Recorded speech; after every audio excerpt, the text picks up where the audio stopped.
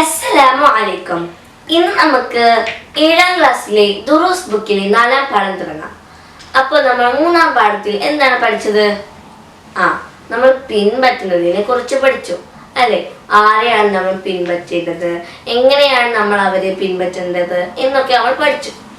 ഇന്ന് നമ്മൾ പഠിക്കാൻ പോകുന്നത് ആരെയാണ് നമ്മൾ ബഹുമാനിക്കേണ്ടത്, എങ്ങനെയാണ് അതിനെ ബഹുമാനിക്കേണ്ടത് എന്നൊക്കെയാണ്.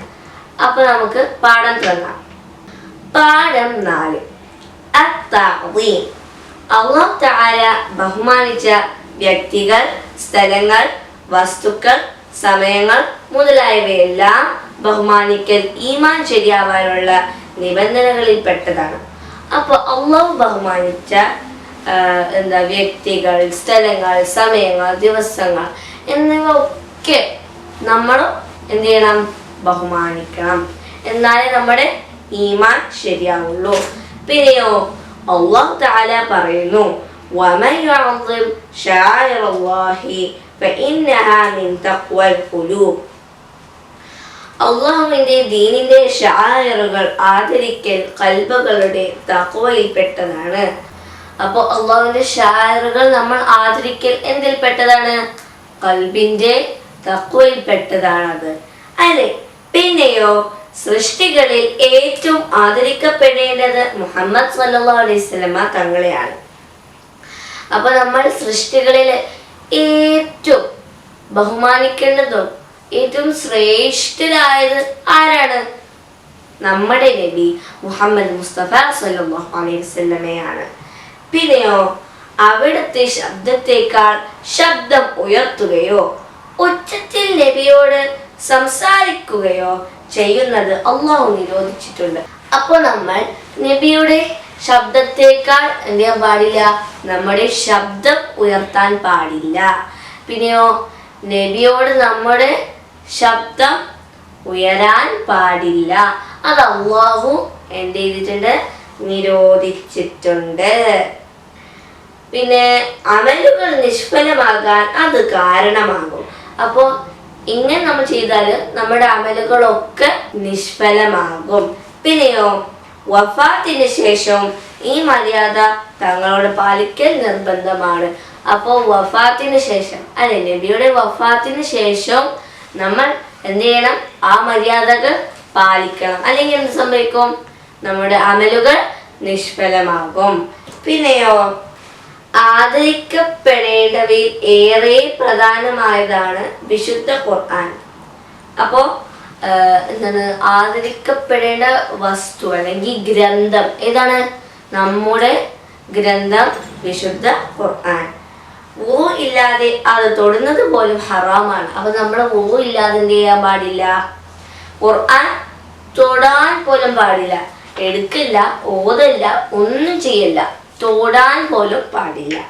പിന്നെയോ ഉയർന്ന സ്ഥലത്ത് വെക്കണം. നമ്മുടെ അരയുടെ താഴെ നമ്മൾ പാടില്ല, ഖുർആൻ വെക്കാൻ പാടില്ല.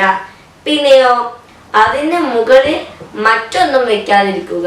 അപ്പോൾ ഇതാണ് ഖുർആൻ എന്ന് വെച്ചാൽ അതിന്റെ മുകളിൽ ഫിഖ്, പിന്നെ താരീഖ്, അങ്ങനെയൊന്നും നമ്മൾ വെക്കാൻ പാടില്ല, ഒന്നും വെക്കാൻ പാടില്ല.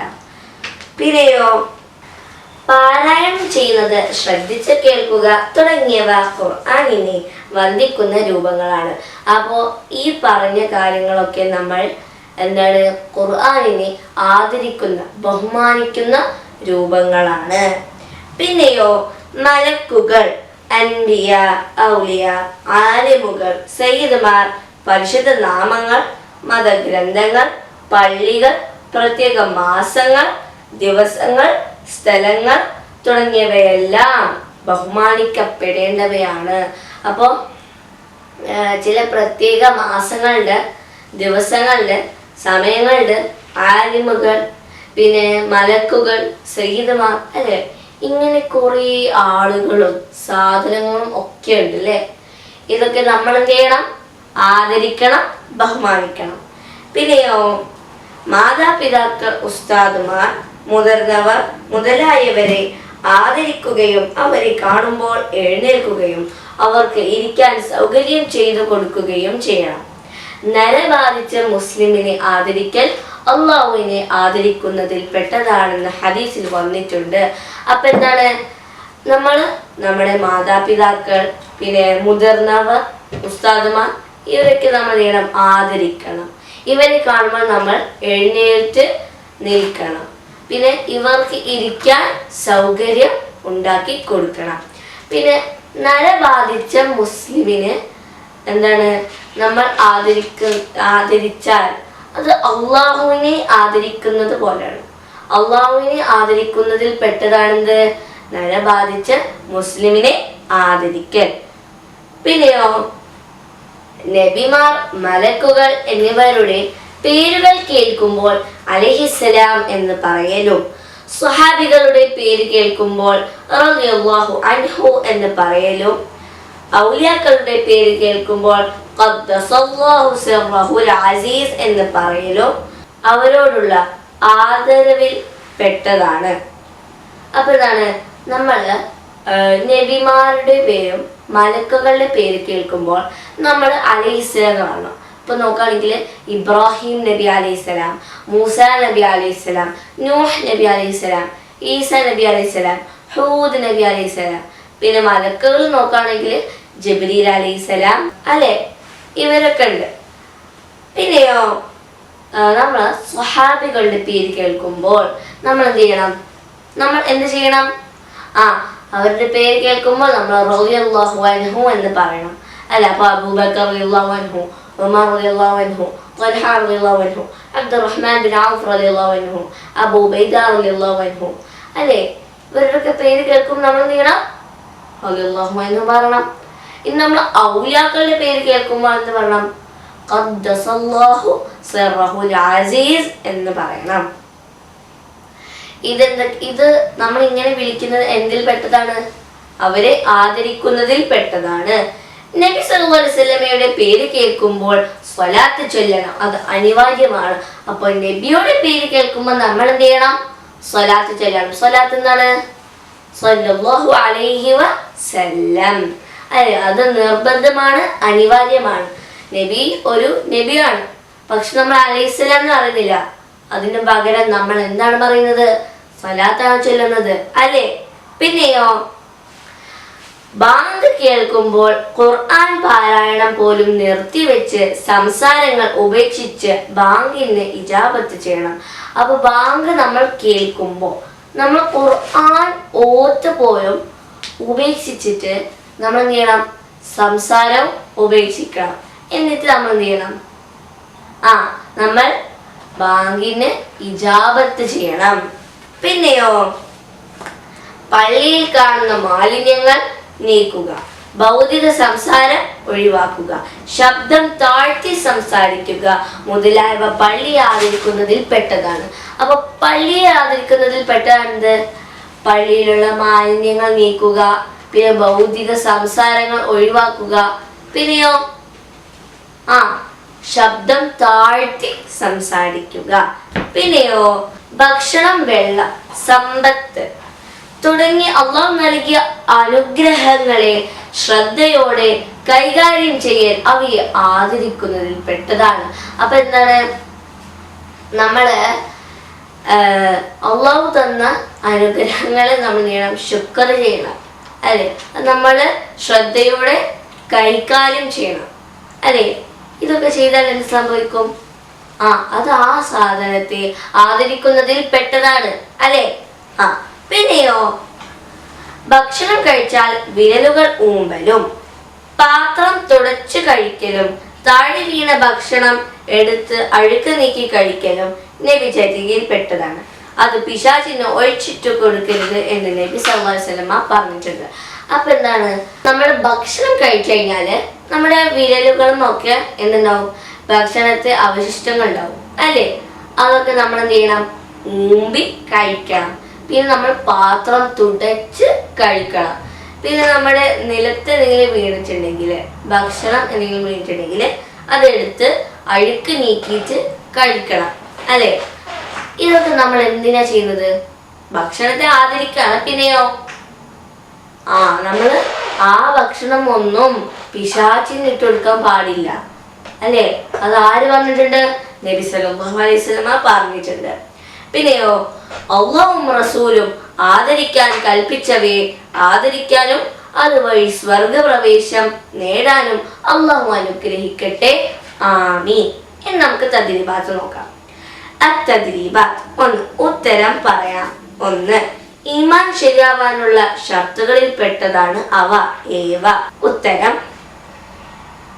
അല്ലാഹു തആല ബഹുമാനിച്ച വ്യക്തികൾ, സ്ഥലങ്ങൾ, വസ്തുക്കൾ, സമയങ്ങൾ മുതലായവയെല്ലാം ബഹുമാനിക്കൽ ഈമാൻ ശരിയാവാനുള്ള നിബന്ധനകളിൽ പെട്ടതാണ്. 2.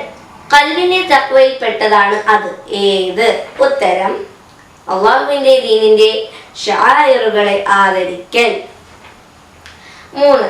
ഏറ്റവും കൂടുതൽ ആദരിക്കേണ്ട സൃഷ്ടി ആര് എന്നാണ്. അല്ലാതെ ഗ്രന്ഥവോ അല്ല അങ്ങനെ സ്ഥലവോ ഒന്നുമില്ല. ആരാണ്? ഉത്തരം: മുഹമ്മദ് നബി സല്ലല്ലാഹു അലൈഹി വസല്ലം. 4. അമലുകൾ നിഷ്ഫലമാകാൻ അത് കാരണമാകും ഏത്? അവിടുത്തെ ശബ്ദത്തേക്കാൾ ശബ്ദം ഉയർത്തുകയോ ഉച്ചത്തിൽ നബിയോട് സംസാരിക്കുകയോ ചെയ്യുന്നത് അല്ലാഹു നിരോധിച്ചിട്ടുണ്ട്. അമലുകൾ നിഷ്ഫലമാകാൻ അത് കാരണമാകും. 5. അത് അല്ലാഹുവിനെ ആദരിക്കുന്നതിൽ പെട്ടതാണ് ഏത്? നരബാധിച്ച മുസ്ലിമിനെ ആദരിക്കൽ. 6. അലൈഹിസ്സലാം എന്ന് പറയണം എപ്പോൾ? ഉത്തരം: നബിമാരുടെ പേര് കേൾക്കുമ്പോഴോ മലക്കുകളുടെ പേര് കേൾക്കുമ്പോഴോ.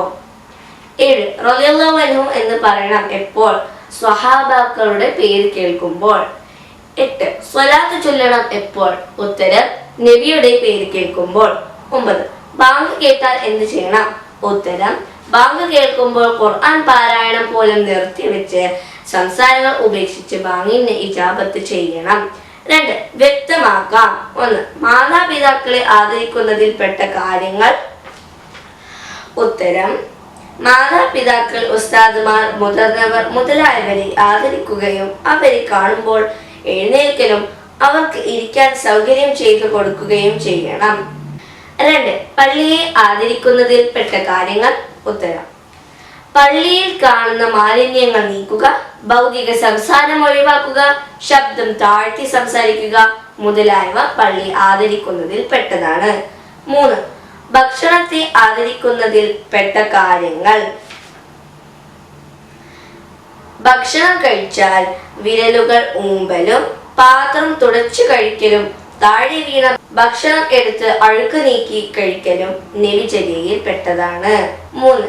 പൂരിപ്പിച്ച് സാരം എഴുതാം. 1. വമൻ യുഅദ്ദിം ഡാഷ് അൽ ഖുലൂബ്. വമൻ യുഅദ്ദിം ശആഇറദ്ദീൻ. വമൻ യുഅദ്ദിം ശആഇറല്ലാഹി ഫഇന്നഹാ മിൻ തഖ്വൽ ഖുലൂബ്.